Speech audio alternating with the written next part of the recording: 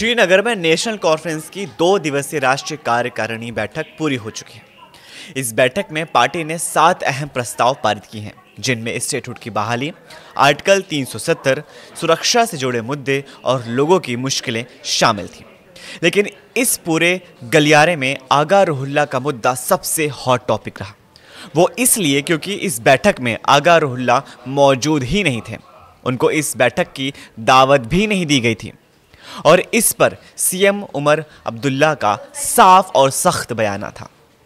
बैठक के फैसले, पार्टी की रणनीति और भीतर उठते सवाल काफ़ी ज़्यादा बने हुए हैं, जिस पर सियासत लगातार जारी है। ये कमेटी उन लोगों के लिए है जो पार्टी का डिसिप्लिन समझते हैं।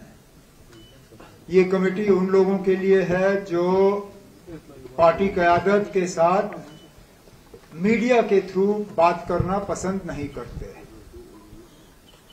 और यहाँ पे इस मीटिंग में तमाम वो लोग थे जो पार्टी के डिसिप्लिन के अंदर रह के पार्टी की क़यादत और पार्टी के ओहदेदारों के साथ बात करना जानते हैं और समझते हैं।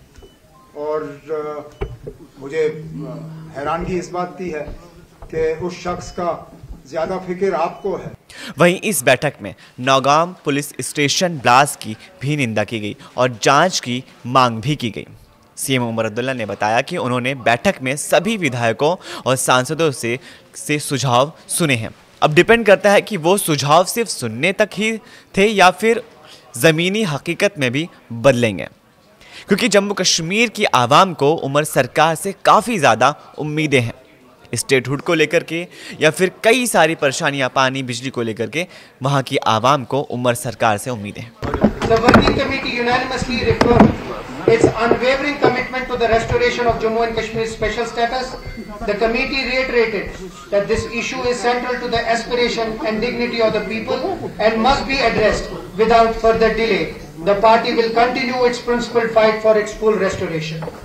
Number 2, जो resolution 2 है, the working committee urged the government of India to immediately restore full statehood to Jammu and Kashmir, as promised on the floor of the Parliament, repeatedly affirmed in the public domain and noted by the Constitution Bench of the Supreme Court. जो resolution 3 था हमारा, the working committee expressed serious concern and unequivocally condemned the terror attack in Delhi. It extended heartfelt condolences to the families of those who lost their lives. In a civilized society, violence has no place and such heinous acts must be dealt with firmly and decisively. Resolution 4. The working committee also expressed deep concern over the Naugam blast and conveyed its condolences to the affected families. The committee stated that the incident must be investigated at the highest level and responsibility fixed for any deviation from the standard operating procedures. Resolution 5. The working committee expressed serious concern over the reports of harassment faced by the students, traders and residents of Jammu and Kashmir in different parts of the country. It strongly condemned their selective targeting in the aftermath of the recent events.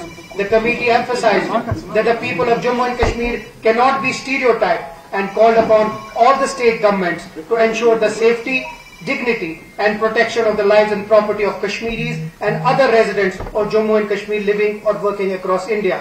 Not every Kashmiri is a terrorist or a supporter of terror. Resolution 6. The working committee reiterated the party's unwavering commitment to fulfilling all promises made in its manifesto. और जो आखिरी resolution है, the working committee unanimously reaffirmed its full support to the government led by Mr. Umar Abdullah and urged it to continue fulfilling the aspiration of the people and upholding their dignity. आगे बात करें, बैठक में सबसे बड़ा सवाल रहा NC सांसद आगा रुहुल्लाह क्यों शामिल नहीं हुए थे बैठक में। जब मीडिया ने सीएम उमर अब्दुल्ला से ये सवाल पूछा तो पता है उन्होंने क्या जवाब दिया। सीएम उमर अब्दुल्ला कहते हैं, बिना नाम लिए उन्होंने सीधा कहा कि जो लोग अनुशासन में रहते हैं वो पार्टी लाइन पर चलते हैं, वहीं इस मीटिंग में शामिल थे। जो लोग अनुशासन नहीं मानते वो इस मीटिंग से दूर रहते हैं। तो क्या इसका मतलब था कि आगा रुहुल्लाह अनुशासनहीन है? According to CM Omar Abdullah, CM Omar के इस बयान से साफ संकेत दिया कि पार्टी नेतृत्व और आगा रुहुल्लाह के बीच मतभेद अभी भी गहरे हैं। मैंने खुद और मेरे साथियों ने वर्किंग कमेटी को इस बात के बारे में बाखबर किया कि कितने सारे ऐसे इदारे हैं जिनका कंट्रोल इलेक्टेड गवर्नमेंट के पास होना चाहिए लेकिन नहीं है। मिसाल के तौर पे स्कीम्स में इतनी वैकेंसियां हैं, स्कीम्स के कामकाज को आज बहुत ज्यादा नुकसान का सामना करना पड़ रहा है, लेकिन स्कीम्स की फाइलें जो हैं इलेक्टेड गवर्नमेंट के पास नहीं आती।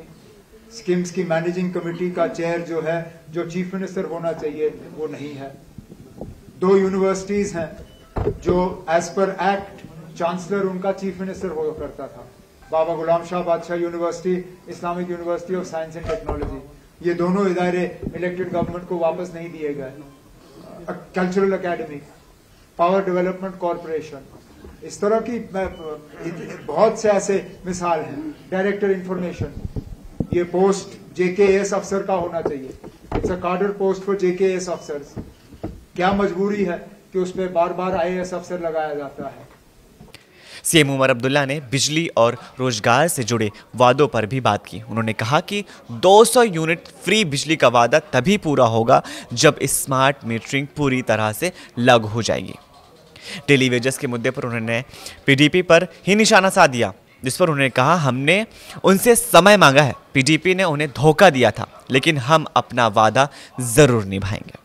जम्मू कश्मीर नेशनल कॉन्फ्रेंस की सेंट्रल वर्किंग कमेटी की 2 दिन की मीटिंग आज श्रीनगर के हेडक्वार्टर्स में इख्तिताम पजीर हुई, जिसमें 7 रेजोल्यूशंस आज लाए गए हैं, जिसमें से पहला रेजोल्यूशन है कि 370 की बहाली, साथ ही साथ में फुल रेस्टोरेशन ऑफ स्टेटहुड है। वही अगर हम तीसरे रेजोल्यूशन की बात करें तो दिल्ली ब्लास्ट जो हुआ था उसको कंडेम किया गया है। वही चौथा रेजोल्यूशन है नौगाम में जो हाल ही में पुलिस स्टेशन में ब्लास्ट हुआ था, जहां पे 9 लोग शहीद हुए थे, उसको लेके कंडेम किया गया है। 5वें रेजोल्यूशन की बात करें तो जो इस वक्त स्टूडेंट्स, बिजनेसमैन देश भर में इस वक्त पढ़ रहे हैं, अपना बिजनेस कर रहे हैं और कहीं ना कहीं दिल्ली ब्लास्ट के बाद उनको शक की नज़र से देखा जा रहा है, उस पर भी एक रेजोल्यूशन लाया गया है। वही 6ठे रेजोल्यूशन की बात की जाए तो कहा गया कि जितने भी मैनिफेस्टो में प्रॉमिसेस किए गए थे उनको खरामा फुलफिल किया जाएगा। और वही 7वां रेजोल्यूशन है, कहा गया है कि तमाम MLAs जो हैं, अभी नेशनल कॉन्फ्रेंस के 4 साल बचे हैं, जिसमें वो अपना पूरा समर्थन CM उमर अब्दुल्ला को देंगे। वही उसके बाद CM उमर अब्दुल्ला ने एक प्रेस कॉन्फ्रेंस रखी जिसमें कई सारे सवाल लिए उन्होंने। जब उनसे सईदा गरूल्ला MP जो इस कमेटी के एक मेंबर भी हैं उनके बारे में पूछा गया तो उन्होंने कहा कि हमारी पार्टी जो है ये डिसिप्लिन पार्टी है और मीडिया में जिस तरीके से सामने बयानबाजी दे रहे थे अगरुल्ला, वो कहीं ना कहीं उनको जेब नहीं देता है। और वही कई सारे और मुद्दे हैं जिन पे बात की गई। इलेक्ट्रिसिटी के ऊपर बात हुई है, उन्होंने कहा कि JERC के पास इस वक्त ये मुद्दा रखा गया है, हमारी कोशिश यही है कि जो 20% हाइक है वो ना हो, लेकिन साथ ही साथ हम ये भी चाहते हैं कि यहाँ पर स्मार्ट मीटर्स लगें ताकि तब हम डिसाइड कर पाएं कि कौन से डिजर्विंग वो रेसिडेंट्स है यहाँ के जो 200 यूनिट्स इन्होंने अपने मैनिफेस्टो में वादा किया था फ्री इलेक्ट्रिसिटी देने का, उसके बारे में।